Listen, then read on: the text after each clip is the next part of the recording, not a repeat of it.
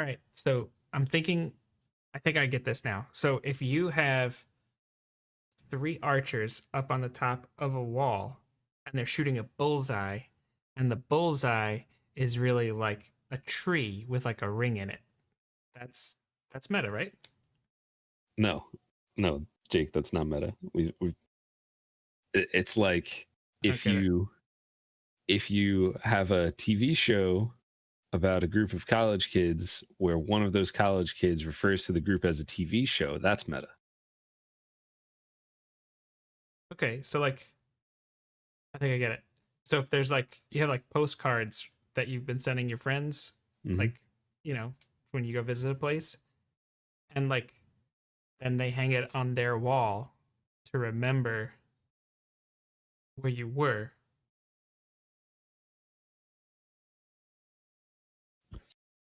No, That's not no, meta. we're we're gonna teach you all about it. We're gonna be talking about metagaming this week on J&J Tabletop. Stay tuned.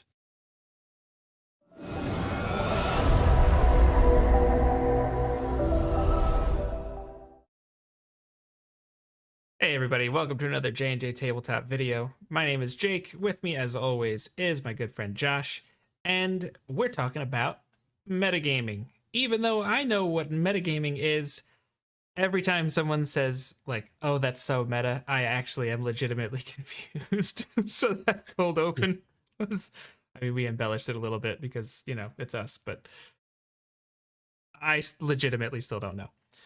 So Josh, what is metagaming? So, metagaming, which is it's referenced on page 235 of the DMG. There's about 5 sentences there, so that's great. Um, yeah, metagaming is essentially thinking about the game as a game.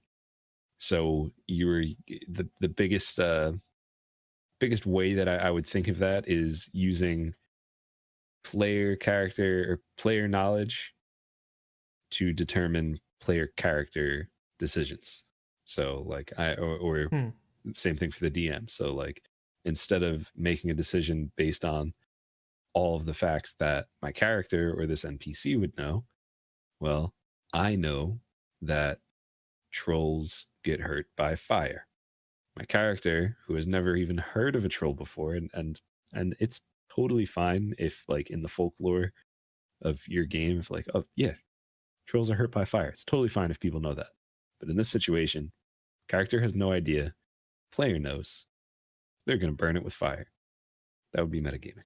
It's like, really? You're an ice wizard and you're gonna, for no reason at all, even though we rolled and you failed your your survival check or your nature check, whatever you want to make them roll, you're you're gonna shoot him with fire this time. Okay. Yeah, it's metagaming. Yeah, typically it is associated with the players. Like players, oh, I've got such metagamey players at my table. Like, you know, you'll hear Dungeon Master say that. It's like, you know what, DM can do it too. Oh Um, yeah. and it's not always a bad thing. I think there are some situations where it actually can be good. But like you referenced with the troll example, you know, that would be, you're giving yourself an unfair advantage based on something that you know and not what the character knows. Yeah, absolutely. It could really take away from the fun of the game.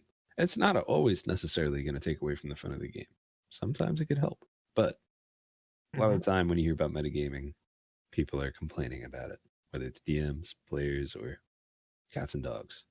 So one of the things that you mentioned was that most of the time when people are talking about metagaming, they're talking about players, but DMs could also metagame. Um, Mm-hmm. and you could really, really lose it's a big way where you could lose trust from your players if you're metagaming in significant and not good ways.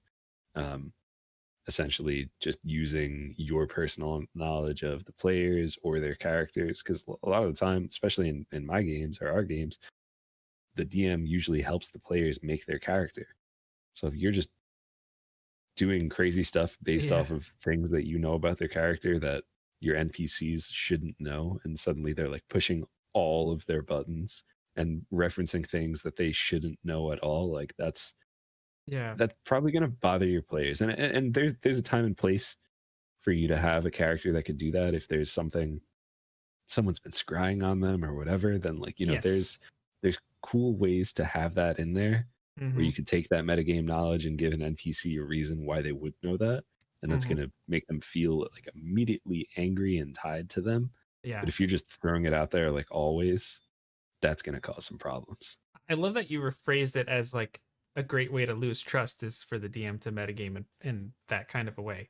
And there's a fine line between putting a character, say, from a or putting an NPC in the path of a character, maybe from their past or whatever, that would have knowledge of maybe some of those buttons, or some kind of a villainous person with scrying, like you said.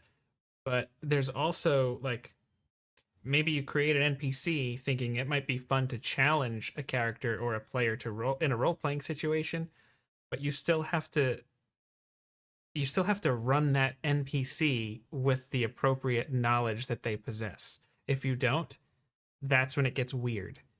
Or it creates a mystery for them to solve. Like, how do you know that? Were you looking and listening? Like, whatever. Mm-hmm. But there's a fine line there, and I think you could tell where that line is. But I mean, talking about the DM metagaming, I mean, how often is the DM sitting at the table when you're listening to your players create their battle plan for everything? And so you're like, okay, I know everything you're going to try and do here, and I have to not respond in a way that would easily be metagaming. There are Mm-hmm. tons of DMs that have like, this is my pet project encounter. This has to be the golden child of this. This is my prized possession, and it has to be challenging. So there are DMs that will hear the battle plan and then purposely foil that. No, that's where your trust goes away. If you're going to do something that is going to violate player trust, and you know it as a DM, you know it. Have I ever done this? I have. It's not something I'm proud of, but it's it's a growing process as a dungeon master, and metagaming in that way will destroy the trust that you have at the table. And that's kind of what everything is built around, as far as having fun and Mm-hmm. creating, removing, or the suspension of disbelief is based on that trust. If your players don't trust you, one, they're probably going to stop playing with you. But if they don't stop playing with you and they don't trust you, that's going to make for some really awkward and uncomfortable times. Like, take that one situation, right, where you listened to all the battle plans, or you listened to, maybe it's not a battle, maybe they're trying to infiltrate something, right? Maybe like there's a palace you didn't want them to get into, and they came up with a really good plan to get into it, and then you're like, well, nah, I just added this one thing in there so that they won't be able to do it. It's Well, such a and that gets obvious. Like, if you have something in there that is like a specific counter to something that they've created, or like an idea they had, they're gonna know. They're gonna pick up on it. Now, what if that kills one of your player characters? You lost the trust, and then their character, like something significant happens like that. You're probably gonna lose the friend too. I mean, if that's is that extreme? Is that a definite? No, but no, but it makes an actual IRL situation that you might have to deal with. That's is it a game? Yes, it is just a game. It's a role playing game though, so like we said before, like there's a suspension of disbelief that has to be present for it to work. mhm. One thing if something seems, especially when the players come up with a little bit of an outlandish plan, which I know that's kind of a common thing, is you can always make something contingent on a skill check. Maybe they're trying to climb the wall, or they're trying to sneak somewhere, or whatever. Maybe the barbarian's trying to hold open the gate while everybody's getting through. Those are all good examples of a skill check that might be appropriate to try and at least put you in the clear. Be like, at least I'm not the bad guy. The dice is the bad guy. You know, Mhm. that can be a way to kind of at least make a failed plan feel believable from the player perspective. I feel like actually I'm just teaching dungeon masters how to metagame, and that's not good in a bad way. Well, there's also ways that a DM could metagame in a good way. So if you have some sort of adventure that you think might be interesting, right? That you think it might be a really good time and like fulfilling experience for the group to do. Maybe your regular adventure hook doesn't seem like something the party's going to bite on. If you use something that you know that the characters are already invested in and interested in, and you include that in the hook, is it that's kind of where like the DM metagaming kind of gets weird, because it's like, is it metagaming or is it just good DMing? Like, I don't know, but I guess it walks the line, right? We'll say it walks the line Sure. of metagaming when you're using that knowledge that you know about the players to change something, so that'll be more interesting to them. And I Yeah. think that's a good way to do it, because you're getting people involved and making it fun and interesting for everyone. And that's the whole point of playing a game. That's why everybody's there. Everybody wants to have a good time. So there is definitely moments, because yes, we're always preaching about having, believable NPCs and believable adventures and effects on things, and you should. I kind of always look at it as like, because sometimes you have these, especially one shots tend to be kind of crazy and zany. But I feel like I almost like the 75% serious, 25% like, all right, we should have some fun with it. Like from Ancient Mhm. Relics and Hokey Religions, with Mac comes out with his nightcap and his candle. Like metagaming, but like a little injection of that just adds, it just lets it go. So if you're going to use outside character knowledge or player knowledge to just have a little fun with it, that's fine. I don't think you need to worry about anything like that, as long as it's not going to be like game breaking. I have You're up to something. What do you got? Oh my god. I'm gonna pay I'm gonna pay Sugared Row, who did some incredible character art for us for Ancient Relics and Holy Religions. I'm going to pay them to make a version of Mac wearing a nightgown. Oh my gosh. Yes, you have to. And Michael's gonna find out either when he watches this video, if this is still in there, or I'm just gonna post it. That's going to be amazing. Oh man. That's not metagaming at all, but it's still something that we should do. It's just here because I think it would be fun. Thought it'd be Yep, funny. that'd be funny. One more way I would say is a bad way for a DM to metagame would be like purposely and specifically targeting someone or something in the party when the situation like calls for something else. So, I mean, the obvious way would be combat, right? If you're in a combat and there is a very obvious threat right in front of the players, right? Daisy is running in, raging, and trying to attack someone. But you know, as the DM, Mm, that Landor only has 6 hit points left. He looks fine. yeah. He doesn't look damaged at all from the outside. This is the first time the NPC has seen him. He has Barbarian in his face, Right, right. slashing at him, Yep. but you know that you could easily kill Landor. So you say, I'm going to target the Bard that has a 12 AC Yeah. and And I only could probably has drop 6 him hit in one points. shot. Yeah. hmm Yeah, Um, that would be a good situation to call that metagaming, because if you have a barbarian charging at your face, you have a barbarian charging you in the face. Like that's, I mean, unless you've maybe encountered these people multiple times before and they understand how the party operates, things like that, that's when you can start to change stuff. Maybe you mhm. even do an insight check to see like, hey, I got, I see that his fight is dwindling in his eyes. Yeah. I don't know. That could be a way to maybe justify it, but Well, that's when you fought with them before. That's when metagame knowledge becomes just regular NPC knowledge. it changes. Yeah, it becomes, oh, I know that Marcus is great with the pole arm. Daisy is a bowling ball on the front line, and hmm Landor does all the funky things behind the scenes that sets everything up. So you know that taking him out, it decreases the effectiveness of the other two. But yes, that's, or I think even a good example. I think you mentioned before, when we were just putting the notes together. Like, I know that there's 3 locked doors in the dungeon that they're gonna do. So, oh, yep, you know that traveling merchant that you just saw on the road to Axholm or wherever you're headed. Yeah, well, what you didn't see was he has this halfling assistant who pickpocketed you, and you don't have your thieves' tools. Yeah. Or the door has like a special unseeable trap in it, or you have to roll like a natural 20 to find the trap, where you put your thieves tools in and a little tiny teeny tiny axe goes and just cuts it off. Imagine like a rust monster inspired. Doorknob. Doorknob or trap. Like, I just had that thought right now. Like, that would be Oh my god. The door is made of black pudding, so nice. and that's a conversation for another time. But sometimes another one last thing for DMs being metagamey is DMs can metagame certain things to specifically attack items that they don't like that you have. So they could also set up situations just to make it Yes. challenging for you, Right.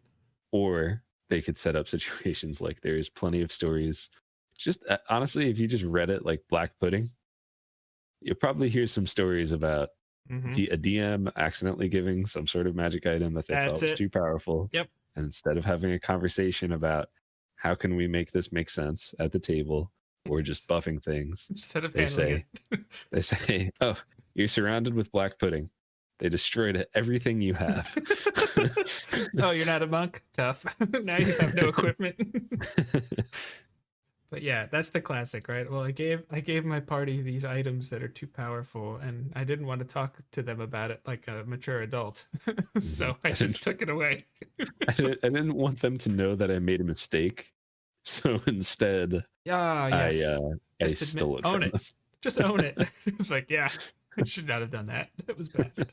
Most players are going to go, okay, well, I mean, obviously I want to keep the item, but if you feel like it's removing fun from the game, I don't want to, any mature, rational Yeah. human is going to have that reaction. I think there's probably a whole video that we could record about that. And if that's something you're interested in, definitely let us know in the comments. But I have some specific ideas in mind. Specifically, if you give an item that is too powerful to a player that is not ready for that item. And I'm not going to tell you my secrets unless you comment.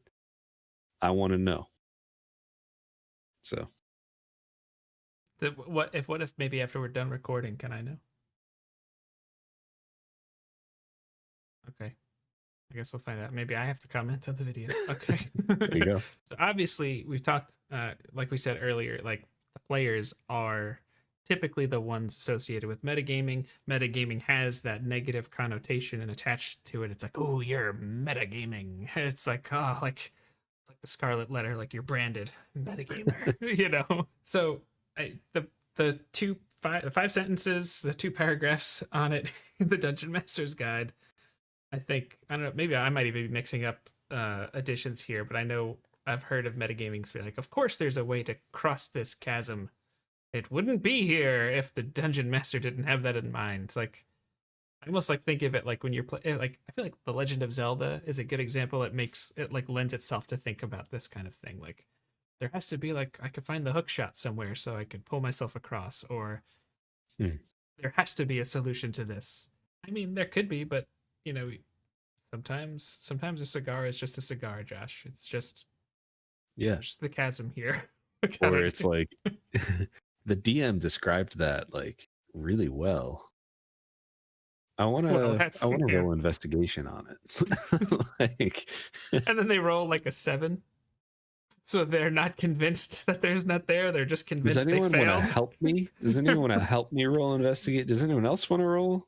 Right. Investigation doesn't. I do that all the time. Like, I don't want to know what's going on with the thing. But I'm just role playing Veil when I say that. That's what I'm saying. But yeah, that's a pretty classic example for that. I think another one's with like combat encounter difficulty. Yeah, with the same like chasm philosophy of like, oh well, this enemy's in front of us, so it's here because we have to kill it. So let's do that. It's like, no, not always. Sometimes when the entire weight of the righteous brand soldiers and that's just all the cultists and all like when you have like a whole army coming after you, sometimes you can't win that. Yeah, actually, Josh, I think it almost feels like the solution for metagaming given in the DMG is be like, just put a fight the kid, just put a TPK in front of them, see, like, there you go. What do you think about that? That's really what their solution is. Give them a battle that they can't win. It's one of those things where like you are trying to create some realism in your game. And it's interesting because in the situation you referenced is, of course, in our ancient relics and Hoki religions. And there were in character reasons to for some characters, like particularly Echo. I feel like it was really important to him to stay and fight and Mm-hmm. make sure that he bought time for us to run away. Um, don't want to spoil anything if you haven't watched it, but did we win that fight? Did we lose that fight? Uh, it happened. There were results of it. You Um, survived. we yep. I mean that's a win. Mm-hmm. There's degrees of victory, I guess. It's one of those things where like it's interesting in the fact to have those kinds of encounters, but I think if you're using it to punish or to I'm gonna teach them a lesson, like that's usually the nice way of saying punish, but Mm-hmm. that's when it crosses into metagaming on the DM side. I feel like you're like, that's not really right. Yeah, and part of that could be like what you said is making the game real, and agency means consequences. So like don't pull your punches. If you're gonna throw an encounter like that at them, personally, I think the better way to throw in an unbeatable, we'll call it, encounter at players is like, is there an ancient dragon or something that just came by? Okay, don't let them find out how strong that is by seeing it face to face. Let them find out how strong it is by having that ancient dragon just destroy a frost giant one Yes. hit, you know? And then let your players find out that either like, oh, it lives on this mountain, or oh, it's 100 feet away from you, doesn't see you. Because like if you've said, hey, there's a dragon, it's 100 feet away, you have a rogue in your party, he's gonna say, I bet I could assassinate it. You know, like Yep, that's true.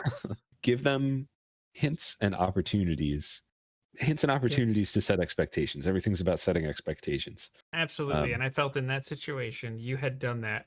And actually, in our in game player chat, I even said, just so everyone is clear, Josh is telling us we cannot win this fight. And everybody saw it and we're like, I don't care. I mean, I didn't say that, right? But like, we're going for it. Okay. But like, I was just saying, like, I picked up on all the cues. It just was one of those things that we were going for it anyway. yeah, and then there's absolutely reasons why players would do that, and I think it totally made sense why you guys did that. To kind of jump away from there, some more examples of player metagaming. I would say one that again, this hurts player trust, which player trust is really just trust between your friends. So if you know a character's secret and you're a player, and then your character, then you act on the fact that your character knows that secret when they don't. Yeah. Like if you know that Mac picked up this thing that's super important to Echo, or something Mhm. like that, then you start to like push him, or like if Evan decided, well, I know that he picked that up because I watched him make the roll for it. It's like, I'm gonna walk up to him and be like, oh man, You I find anything? really wish I had this, Yeah. just even Right. like a piece of it, Yeah, like that like would mean so much to my character. Okay, guy. That's a somewhat innocent example, but still, again, you're destroying player trust. You're destroying the suspension of disbelief, and also you're if you're caught up with ancient relics and hokey religions, there was a moment there that just happened that is going to have a significance to it that might not otherwise have had, depending on how it all plays out. I don't know. I completely believe in the bonds of our players, but I am worried about the bonds of our player characters, and what just the future 5 sessions, 3 sessions will mean for the party as a whole. So I hope that helped clear the air on what metagaming is, and just kind of bring some light as to ways it could be used in a good way, and also just some of the damage that you could cause using it in a bad way. Maybe you were doing some of these things, you didn't even know it. Mhm. Um, Definitely just try to be mindful of it, and have conversations with people. The big thing is, be honest with people. Don't be afraid of healthy confrontation. Like if you feel like someone in your party is metagaming and it's taken away from the fun, talk to the DM, talk to the player. If you feel like your DM is metagaming, talk to the DM. It's totally fine. Just make sure you do it from the place of a friend and not as like attacking. And again, this is just advice on how to have relationships. Absolutely. One more thing, there is another good use for metagaming that I could see potentially in a session 0 not covering every topic, or if someone doesn't feel comfortable enough yet to say they don't want to talk about a certain topic. But if you as a player might know about, say, something that another player might be sensitive to, and you use metagaming to protect them in real life for something like that, that's another time where you'd be like, you know what, metagaming is good there. Like, really, you're not going to bite that adventure hook? Nope, I have no interest in it. Like, but your character, nope, we're not going there. Protect your friends. So, Absolutely. and then, yeah, that's what meta is, right? You call that meta? If you have any questions about metagaming or anything like that, let us know in the comments. But more importantly, please like, subscribe, and comment on this video and explain to Jake what meta means, because I have clearly failed. I feel like I can use it correctly in a sentence. Do you want to try one last time? Wouldn't that be meta? We'll see you next week. Now that's meta. Use a spear so it's a dex weapon, but you could still use polearm master. So you could use your bonus attack to it. Bonus attack. I always do that. You can use your bonus attack. All right, we're up and running again. Boy. So much pressure. I'm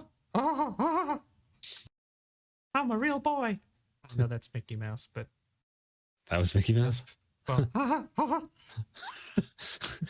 It's like, but that was a Pinocchio reference. Hiya, Jake. Oh boy. It's always better with the Donald Duck, anyways. I can't do Donald Duck at all. Nice. If I even attempted to do that right now, Indy would attack me. Yeah. We probably should not. Probably should not do that. Yeah. But I think we got our outro now. Mm-hmm. Mm-hmm.